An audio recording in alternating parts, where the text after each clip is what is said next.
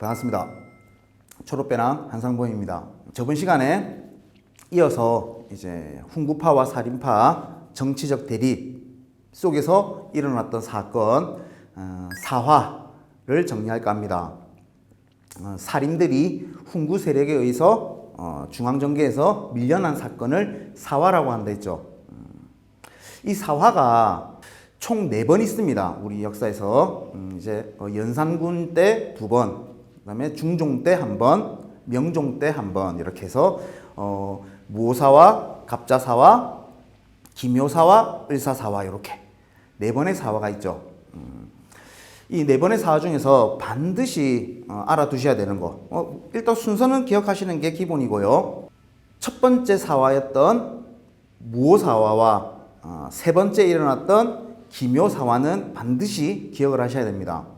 그래서 이 두 사화를 한번 정리해 볼까 하는데, 일단은 이제 훈구 세력과 살림 세력이 중앙정계에서 정치적인 대립을 벌였죠. 그때 이제 성종 때부터인데, 그 다음 왕이었던 이제 연산군 때 일이 터진 겁니다. 연산군은 이제 폭군으로 우리가 기억을 하고 있는데, 첫 번째 일어났던 사화 무오사화는 뭐 때문에 일어났는고 하니까 김종직이라는 사람이 있어요. 사림의 당수였거든요. 당대표. 이렇게. 사림이라는 세력의 영수, 대장이었던 거죠. 김종직의 조의제문이라는 글 때문에 일어납니다. 조의제문이라는 글을 김종직의 제자였던 김일손이라는 사람이 사관으로서 역사를 기록하는 관직에 있던 이 김일손이 사초에다가 실으려고 해요. 역사 기록으로 남기려고 한 거죠.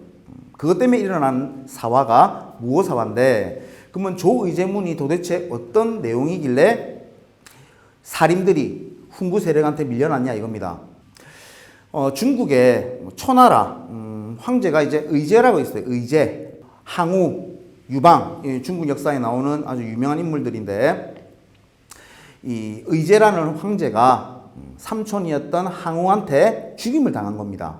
그 죽음을 애도한다라는 글을 이제 김종직이 남긴 거죠. 이 글을 이제 훈구 세력은 어떻게 해석을 하고 연산군에게 보고를 했는가 하니까, 우리 연산군의 할아버지가 누구냐면 세조거든요. 세조가 어린 조카인 단종을 몰아냈죠. 그거랑 똑같은 상황으로 이제 비춰진 겁니다. 그래서 세조를 비판하는 글로 해석이 된 거죠. 그래서 할아버지를 비난한다 해서 연산군이 화가 나가지고 살인들을 몰아냈던 게 무오사화입니다. 이 무오사화 때 김일손 당연히 처형당하겠죠. 그리고 김종직이라는 이분은 연산군 때는 이미 돌아가시고 안 계신 분이에요. 그런데 부관 참실해서 관을 끄집어내가지고 목을 쳐버리는 이런 형벌을 내리기도 합니다. 그러면서 살인들이 대거 축출됐던, 쫓겨났던 사건이 무오사화죠. 김종직의 조의제문 때문이다. 알아두시면 되겠고요. 그리고 세 번째로 기묘사화가 참 중요한데요. 중종 때입니다. 이 중종이라는 왕은 연산군을 몰아내고 중종이 왕이 됐어요. 이걸 우리는 반정이라고 하죠. 그래서 중종 반정을 통해서 왕이 된 게 중종입니다. 연산군의 이제 이복 동생이라고 보시면 되는데, 이 중종이 왕이 됐을 때 어떤 문제가 생기냐면요. 중종을 왕으로 만들기 위해서 반정을 일으킨 신하들이 있겠죠. 그럼 중종 입장에서는 자기를 왕으로 만들어준 사람들입니다. 공신이죠. 이 공신 세상이었어요. 공신들의 세상입니다. 초반에.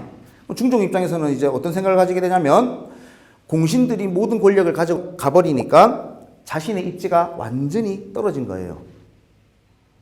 스트레스가 이만저만이 아니었을 겁니다. 그런데 마침내 중종 옆에 딱 등장을 했던 인물이 누구냐면 당시 조광조라고 사림의 아주 대표적인 인물이 있습니다. 조광조. 이 조광조를 옆에 딱 끼고 이제 훈구 세력, 공신들을 또 깎아내리기 시작하는 거죠. 그러면서 조광조의 개혁 정치가 실시가 되는 건데, 이 조광조의 개혁 정치 때문에 일어난 사화가 기묘사화입니다. 그러면 조광조가 어떤 식으로 뜯어 고쳐 나가려고 했길래 살인들이 또 밀려나게 됐는지를 이제 정리를 하셔야 되겠죠. 그게 조광조의 개혁 정책들 정리할 필요가 있는 겁니다. 저번 강좌에 정리했던 게 하나 있습니다.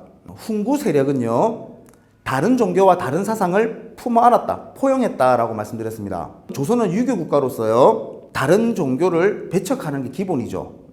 불교가 절이 다 산으로 올라간 게 다 이 조선시대 때 이야기인데, 그 와중에 도교 행사를 관장하는 관청을 뒀어요.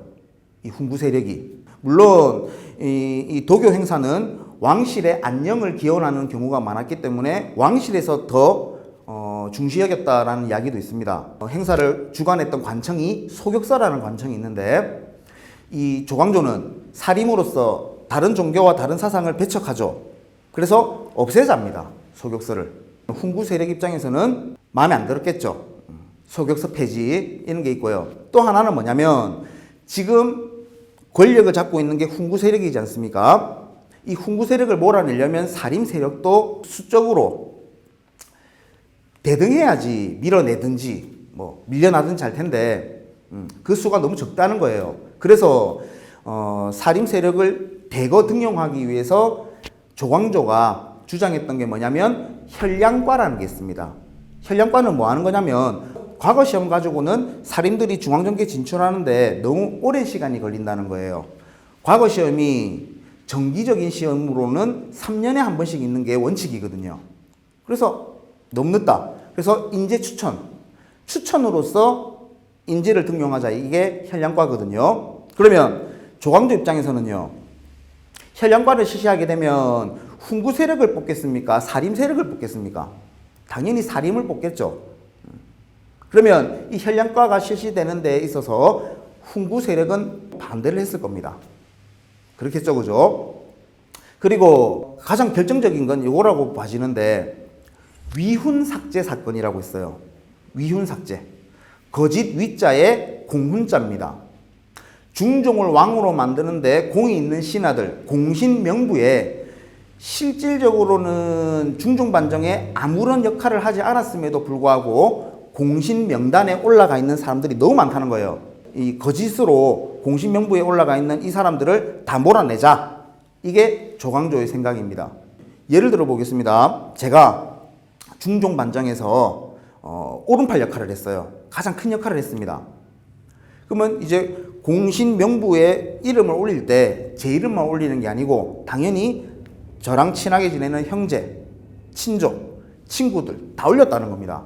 이 사람들 다 쫓겨나게 생겼어요. 조광조 그 위훈삭제 요거 때문에. 그러면서 일어났던 게 뭐 주초유양 사건 이런 것들을 통해서 조광조를 비롯해서 살인들을 쫙 몰아냈던 게 기묘사화입니다. 중종 때 일어났던 기묘사화.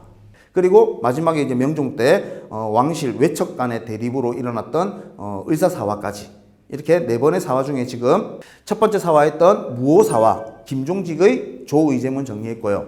그리고 세 번째, 중종 때 일어났던 기묘사와 조광조의 개혁정책 때문에 일어났다까지 정리했습니다. 네 번이나 쫓겨났어요, 살인들이. 그럼에도 불구하고 나중에 선조라는 임금이 딱 즉위를 하게 되면요, 상황이 바뀌어버립니다. 훈구 세력이 밀려나고 살림이 권력을 빡 잡아버려요. 그러면 그 전까지 훈구 세력한테 계속 탄압을 당해왔던 이 살림은요, 어떻게 해서 이제 훈구를 밀어내고 권력을 잡게 됐는가? 요게 살림의 세력 기반도 정리를 하셔야 되는데, 살림은요, 지방에서 중앙정계로 진출했던 세력이죠. 지방에는 자신들의 학교들이 쫙 퍼져 있었습니다. 조선 후기가 되면 1000개가 넘었다 하거든요. 바로 서원이죠. 이 서원이 살림의 세력 기반이 됩니다. 어떻게 이해를 하시면 되냐면, 서원은 학교로서 학문 교육도 담당하고요.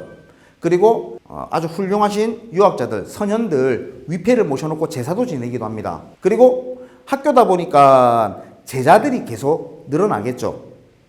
자, 우리 학교, 우리 서원의 스승이 중앙정계 진출했다가 사화로 쫓겨나게 됐어요. 그럼 제자들은 그 원수를 갚고자 중앙정계 진출해서 자꾸 진출해가지고 훈구 세력을 밀어내고자 했겠죠. 그러다 보니까 결국에는 훈구 세력이 밀려나게 되고 사림이 권력을 잡게 되는 세력 기반으로서 첫 번째 서원을 알아두시면 되고요. 두 번째는 향약이라는 게 있습니다. 향촌 사회에서 지켜야 되는 약속이에요. 4대 동목 이런 것들도 있는데 4대 동목을 암기하고 이러기보다는 향약의 어떤 기능 때문에 사림들이 세력 기반으로 활용을 했는가 요거를 이해하시는 게 필요한데, 향촌 사회에서 지켜야 되는 약속으로서 지방 양반 사림들이 규칙을 정해요. 향약 각 마을마다. 그 이 향약은 어떤 기능을 했냐면 그 지방에 있는 백성들을 통제하는 역할을 합니다. 그 지역에 있는 백성들로부터 권위를 확보하는 역할을 했던 게 향약이에요. 그러면서 이 서원과 향약을 기반으로 사림이 세력을 점점 확대해 나갔고, 결국 선조라는 임금이 들어섰을 때는 훈구 세력을 밀어내고 사림이 권력을 잡게 됐다는 겁니다. 요게 이제 우리 조선 전기의 정치 흐름 중에 가장 중요한 흐름이라고 보시면 되는데, 오늘 사화 배운 거 정리 한번 하고 넘어가도록 하겠습니다. 사화는 총 4번 있습니다. 무오사화, 그 다음에 갑자사화, 기묘사화, 일사사화. 그 중에서 김종직의 조의제문 때문에 일어난 무오사화와 조광조 때문에 일어났던 기묘사화 꼭 정리를 하셔야 되고요. 결국에는 사화를 4번이나 당했음에도 불구하고 훈구 세력을 밀어냈지 않습니까? 사림이. 그 세력 기반이 되는 2가지 정리하셔야 되는데, 첫 번째가 서원이고요. 두 번째가 향약입니다.